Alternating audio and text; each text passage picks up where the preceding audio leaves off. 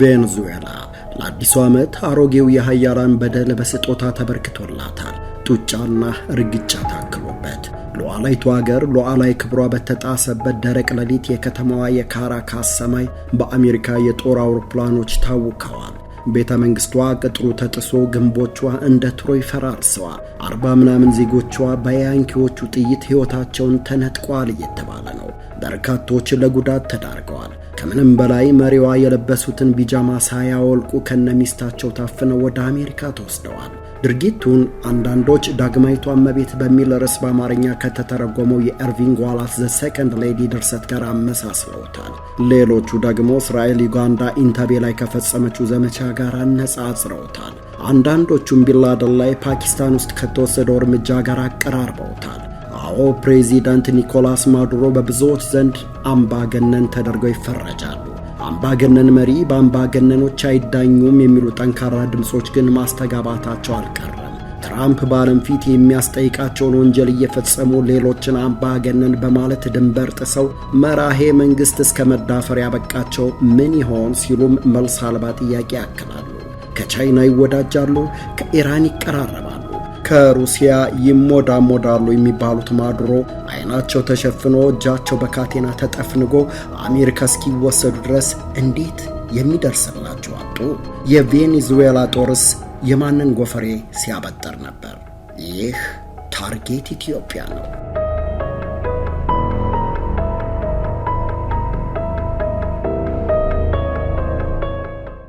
ኦፕሬሽን አብሶሉት ሪዞልቭ የሚል ስያሜ የተሰጠው ዘመቻ ማዱሮን ለምርኮ እስኪዳረግ ድረስ የአሜሪካና የቬኔዙዌላ ውጥረት ከቃላት መወራወር የሚያልፍ አይመስልም ነበር። ግን አወዛጋቢው ዶናልድ ትራምፕ ዳግም የውዝግብ ማዕከል ያደረጋቸውን ውሳኔ አሳልፈው እኔ ነኝ ያለ ይሞክረኛ አይነት ዜማ ላይ ናቸው። የዛሬው ምርኮኛ የትናንቱ ፈላጭ ቆራጭ ኒኮላስ ማዱሮ ሞሮስ በ63 ዓመታቸው የአሜሪካ ሰንሰለት እጃቸው ከመግባቱ በፊት እንደ አብዛኛው ስልጣን ተቆጣጣሪ እምብዛም በጀብዱ የሚነገር ታሪክ የላቸውም። ቬኔዙዌላ ካራካስ ነው የተወለዱት። አንዳንዶች የለም ትውልዳቸው ኮሎምቢያ ነው የሚሉም አልጠፉ። አባታቸው ኒኮላስ ማዱሮ ጋርሲያ ግራ ዘመን ፖለቲካዊ አቋም የሚያራምዱ ታዋቂ የንግድ ማህበራት መሪ ነበሩ። ወታደር መሆንን የሚመኙ፣ ወታደራዊነትን በብዙ የሚያቀነቅኑ፣ የልጃቸውን ወደ ስልጣን መውጣትም ሆነ በአሜሪካ ታንቀው ወደ እስር መወርወር ሳይመለከቱ ሚያዝያ 1981 በሞተር ሳይክል አደጋ ሕይወታቸው አልፏል። እናታቸው ቴሬሳ ዲ ጄሰስ ሞሮስ ደግሞ የቤት እመቤት ናቸው። ትውልዳቸው ከኮሎምቢያ የሚቀዳ የፕሬዝዳንት ማዱሮ የወጣትነት ሕይወት ሚስጥራዊነት ለተለያዩ መላምቶች መነሻ ሆኗል። በተለይ እናታቸውም ሆነ የማዱሮ የትውልድ ቦታ ኮሎምቢያ ነው የሚሉ ተቺዎች ሰውየው ወደ ስልጣን የመጡት የቬኔዙዌላን ሕገ መንግስት ጥሰው ነው ሲሉ ይከሷቸዋል። ሕጉ የቬኔዙዌላ መሪ ለመሆን ቬኔዙዌላ መወለድን ግድ ይላልና። የማዱሮ የትምህርት ደረጃም እዚህ ግባ የሚባል አይነት አይደለም። ሁለተኛ ደረጃን እንኳን አላጠናቀቁም። ትምህርታቸውን አቋርጠው የከተማ አውቶቡስ ሾፌር ሆኑ።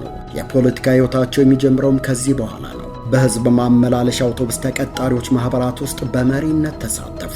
በወጣት ኮሚኒስቶች ህብረት አባልነት ኩባ ሃቫና የካድሬ ስልጠና ለ1 ዓመት ተከታትለዋል። ኋላም ከስልጣን አውራሻቸው ሁጎ ቻቬዝ ጋር መገናኘታቸው የቬኔዙዌላን ፖለቲካ ለመዘወር እድል ፈጠረላቸው። ሁጎ ቻቬዝ በወቅቱ ፕሬዚዳንት የነበሩትን ካርሎስ አንድሪያስ ፔሬዝን ከስልጣን ለማስወገድ ሞክረው ከርቸሌ ይወረወራሉ። ለአገራቸው እንጂ ለግል ጥቅማቸው አልቆሙም ያሉት ማዱሮ ቻቬዝ እንዲፈቱ በብዙ ወተወቱ። ሰላማዊ ሰልፍ አስተባበሩ። ለዚህ ደግሞ የፊደል ካስትሮ አቅጣጫ ሰጭነት ጉልህ ነበር። ፔሬዝ ከስልጣን ተወግደው ቻቬዝ መንበሩን ሲቆናጠጡ የክፉ ቀን ወዳጅ በሚል ማዱሮን በሹመት አሻሯቸው። የተሻለ የትምህርት ዝግጅት የሌላቸው፣ ከስፓኒሽ ውጭ ሌላ ቋንቋ የማይሰሙት፣ የማይናገሩት፣ የማይጽፉት፣ የማያነቡት ግን ደግሞ በተጽዕኖ ፈጣሪነታቸውና በዲፕሎማሲያዊ ግርማ ሞገሳቸው የሚደነቁት ማዱሮ በ14 ዓመቱ የሁጎ ቻቬዝ ቆይታ በስልጣን ላይ ስልጣን ደራርበዋል። ማዱሮ የቬኔዙዌላ ብሔራዊ ምክር ቤት ፕሬዚዳንት በመሆን ስልጣን አሟሹ። ቀጥሎም የውጭ ጉዳይ ሚኒስተር፣ ኋላም የቻቬዝ ምክትል እስከመሆን ተስፈነጠሩ። 3 ጊዜ ወደ ኩባ በማቅናት ከካንሰር ህመማቸው ለማገገም አስቸኳይ ቀዶ ሕክምና ሲያደርጉ የቆዩት ቻቬዝ የካቲት 26 2005 ዓ.ም ከዚህ ዓለም በሞት ተለዩ። ማዱሮም ዕድሜ በስልጣናቸው ዘመን ላካበቱት የነዳጅ ገንዘብ፣ ዕድሜ ቻቬዝ ለጠረጉላቸው የስልጣን መንገድ ርዕሰ ብሔር ከመሆን ያገዳቸው አንዳች ኃይል አልነበረም። ማዱሮ ቬኔዙዌላን 1 ዓመት ሳያስተዳድሩ የሀገራቸው ኢኮኖሚ ከድጡ ወደ ማጡ ተሸጋገረ። ኑሮ ተወደደ። ሀብታሙ ሀገር በልተው በማያድሩ ህዝቦቿ ስቃይ ታወከች። አመጽ በየቦታው ተቀሰቀሰ። መንግስትም ራበል ላሉ ዜጎች የጥይት ቀለብ ሰፈረላቸው። መጠለያ ጠያቂዎችን ከርቸሌ ያጎራቸው። አገራዊ ምርጫዎች ተጭበረበሩ። ተቃዋሚ ፖለቲከኞች ታደኑ። 33221 ድፍድፍ በርሜል ነዳጅ ያላት ቬኔዙዌላ፣ በተፈጥሮ ነዳጅ፣ በብረት፣ በአልማዝ የከበረችው ቬኔዙዌላ በ1950ዎቹ ከአሜሪካ፣ ስዊዘርላንድ እና ኒውዚላንድ በመቀጠል 4ኛዋ ባለጸጋ ሀገር የተባለችው ቬኔዙዌላ በእርግጥም ድሃ የመሆኗ ሚስጥር ብዙዎችን ግራ ያጋባል። ተንታኞች ለቬኔዙዌላ ድህነት 2 ምክንያቶች ያስቀምጣሉ። ስር የሰደደውን ሙስናና የሀብት ምዝበራ እንዲሁም የደች በሽታ። አገራት በአንድ ዘርፍ በተለይም በማዕድን ከብረው በሌላው ዘርፍ ተወዳዳሪ መሆን ሳይችሉ ሲቀሩ ለደች የኢኮኖሚ በሽታ ይዳረጋሉ። የተፈጥሮ ሀብቷ አላግባብ ተሟጦ ሲያልቅ ኢኮኖሚያቸው እንዳይነሳ ሆኖ ይወድቃል። እናም ቬኔዙዌላ በዚህ ችግር ተጠቅታለች ይላሉ የምጣኔ ሀብት ምሁራን። ይህ የታሪክ ገጽ ሳይዘጋ ሌላ ተገለጠ። የውስጥ ችግራቸውን መፍታት ያልቻሉት ማዱሮ ከ2 ዓመት በፊት ሌላ መነጋገሪያ ርዕስ ይዘው ብቅ አሉ።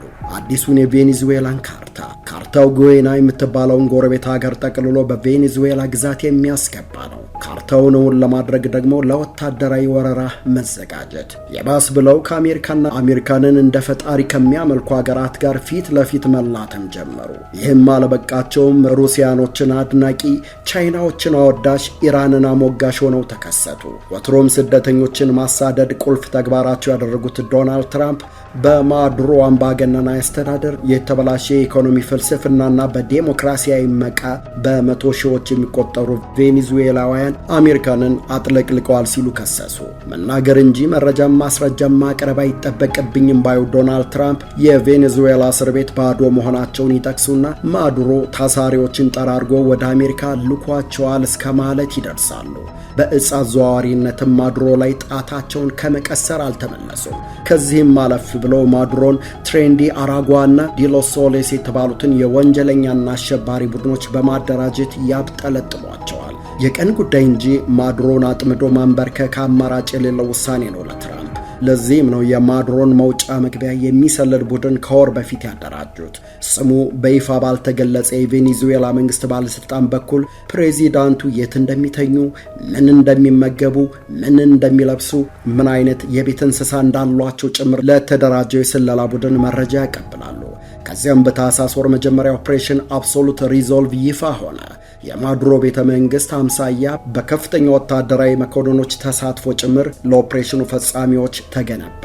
ዘመቻውን ውጤታማ ለማድረግ የተጠናከረ የተግባር ልምምድ ተካሄደ። መውጫ መግቢያውን የኖሩበት እስኪመስል ሸመደዱት። እያንዳንዱን ክፍል አጠኑት። መሰረታዊ ዝግጅቶች ቢጠናቀቁም ጭጋጋማው አየር ሌላ መሰናክል ሆኖ ተከሰተ። ጭጋጉ እስኪጠራ 4 ቀናትን መታገስ ግድ ይል ነበር። አይደርስም የለም ቀኑ ደረሰ።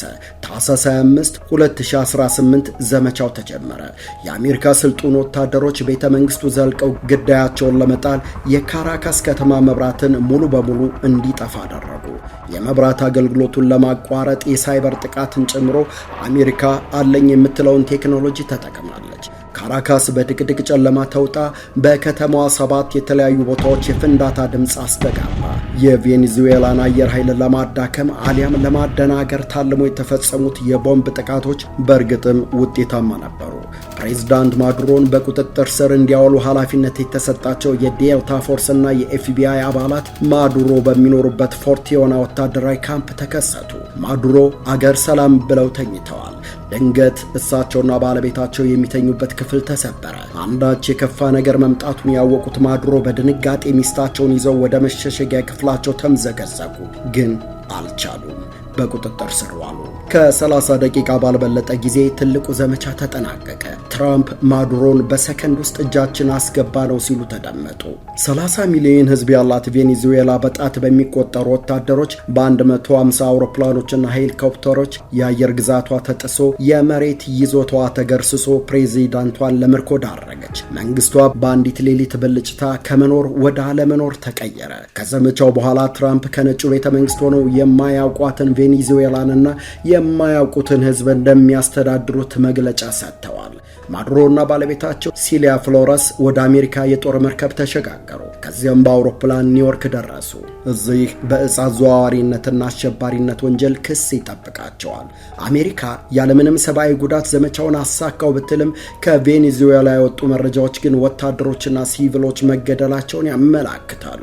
ትራምፕ በአሸናፊነት የሚመጻደቁበት ማዱሮን የማደን ዘመቻ አወዛጋቢ፣ እጅግ አጠራጣሪ ጥያቄዎችን አስከትሏል። ትራምፕ ይህን ዘመቻ ሲያቅዱ፣ ሲያደራጁና ሲያሰማሩ ኮንግረሱ ምን አለ? ምንም። ሕግ እየጣሱ ሌሎችን ሕግ አክብሮ የሚሉት ትራምፕ ከዘመቻው ጀርባ ምን አጀንዳ ይኖራቸው ይሆን? አስፈሪ እውነት። የአሜሪካ ነዳጅ አምራች ኩባንያዎች በትራምፕ ቀጭን ትዕዛዝና በጎ ፈቃድ ቬኔዙዌላ ገብተው የነዳጅ ሀብቷን እንዲያበለጽጉ አቅጣጫ ተሰጥቷቸዋል። የአንድን ሀገር የተፈጥሮ ሀብት በወታደራዊ ኃይል መውሰድ በዓለም አቀፍ ሕግ እንደ ዝርፊያ መቆጠሩን ትራምፕ በቅጡ የተረዱት አይመስሉም። ቢረዱትም ሁሉ በእጅ አይነት ድፍረት ተጠናውቷቸዋል ይላሉ ባለሙያዎች። ከዚህ ባሰው ደግሞ የቬኔዙዌላ ነዳጅ ተቸብችቦ ኦፕሬሽን አብሶሉት ሪዞልቭን እውን ለማድረግ የወጣው ወጪ እንዲሸፈን ትራምፕ ወስነዋል። እናስ ይላሉ ፖለቲከኞች፣ የትራምፕ ዓላማ እውን አምባገነን ስርዓት ማስወገድ ወይስ የሰው ሀገር ነዳጅ መቦጥቦጥ? አሜሪካና አሜሪካውያን ላይ ተቃጣ ያሉት ስጋት ተጨባጭ ወይስ ደካሞችን በማዳከም ሀብታቸውን መንጠቅ? ትራምፕ 25,000 ዕፅ አመላላሽ ጀልባዎችን እሳቸው የሞት ጀልባ ነው የሚሏቸው የባህር ኃይላቸው እንደደመሰሰ በመግለጽ 875,000 የሚሆኑ አሜሪካውያንን ከዕፅ አደጋ መታደጋቸውን ይናገራሉ። አሶሺየትድ ፕሬስ ግን ቁጥሩ የተጋነነ ብቻ ሳይሆን ሐሰት ሲል የትራምፕን መረጃ ያጣጥለዋል። እንደ አሶሺየትድ ፕሬስ በአሜሪካ ባህር ኃይል የተመቱት ጀልባዎች ከ35 አይበልጡም። ትራምፕ ጀልባዎቹ አሜሪካውያንን ለሞት የሚዳርጉ ዕፆችን እንደጫኑ ቢናገሩም የተገኘው ግን ኮኬን ነው። በእጅጉ ሱስ አስያዥነቱና በገዳይነቱ የሚታወቀው ደግሞ ኮኬን ሳይሆን ፌንታኒል ነው። በአንጻሩ ፌንታኒል ወደ አሜሪካ የሚገባው በሜክሲኮ እንጂ በቬኔዙዌላ አይደለም፣ ለዚያውም በየብስ። እናም ቬኔዙዌላ ላይ ያነጣጠረው የዕፅ ጉዳይ የትራምፕን እርምጃ ተጠይቅ ውስጥ ያስገባዋል። በማዱሮ አስተዳደር የተማረሩ ክብር በሚነካ መንገድ ከስልጣን ተሰናብተው አሜሪካ እስር ቤት በመወርወራቸው ደስታቸውን እየገለጹ ነው። ከሀገር ያስወጣቸው፣ ለእስር የዳረጋቸው፣ ለድህነት ያጋለጣቸው የማዱሮ ብልሹ አመራር መሆኑን በመጥቀስ በሰፈሩት ቁና ይሰፈሩ አይነት አስተያየት ሰጥተዋል። አንዳንዶች ግን ቬኔዙዌላ ሉዓላዊት ሀገር ናት፣ በዚህ መልኩ ሕግ ተጥሶ መሪ የሚታሰር ከሆነ የእኛም ዕጣ ፈንታ በአሜሪካ ችሮታ ሊመራ ይችላል የሚል ስጋታቸውን አስደምጠዋል። በዓለም አቀፍ ደረጃ ያለውም ስሜት እንዲሁ ቅይጥነት ይስተዋልበታል። ድጋፍና ተቃውሞ፣ አድናቆትና ወቀሳ። የእንግሊዝ ጠቅላይ ሚኒስትር ኬር ስታርመር ለማዱሮ የሚያዝን ቅንጣት ልብ እንደሌላቸው በመግለጽ በዘወርዋራው የትራምፕን ዘመቻ ደግፈዋል። የቬኔዙዌላ አጎራባቾች በአብዛኛው ነግበኔ በሚል ይመስላል ተቃውሟቸውን እያሰሙ ነው። የረጅም ጊዜ ወዳጆቿ ቻይናና ራሽያም ድምፃቸውን አሰምተዋል። በድርጊቱ እጅጉን መደናገጧን የተናገረችው ቻይና ሉዓላዊት ሀገርንና ሉዓላዊ መሪዋን በወታደራዊ ዘመቻ ማገት ወንጀል ነው በማለት አውግዛለች። ራሽያም ወታደራዊ ጥቃት ስትል ገልጸዋለች።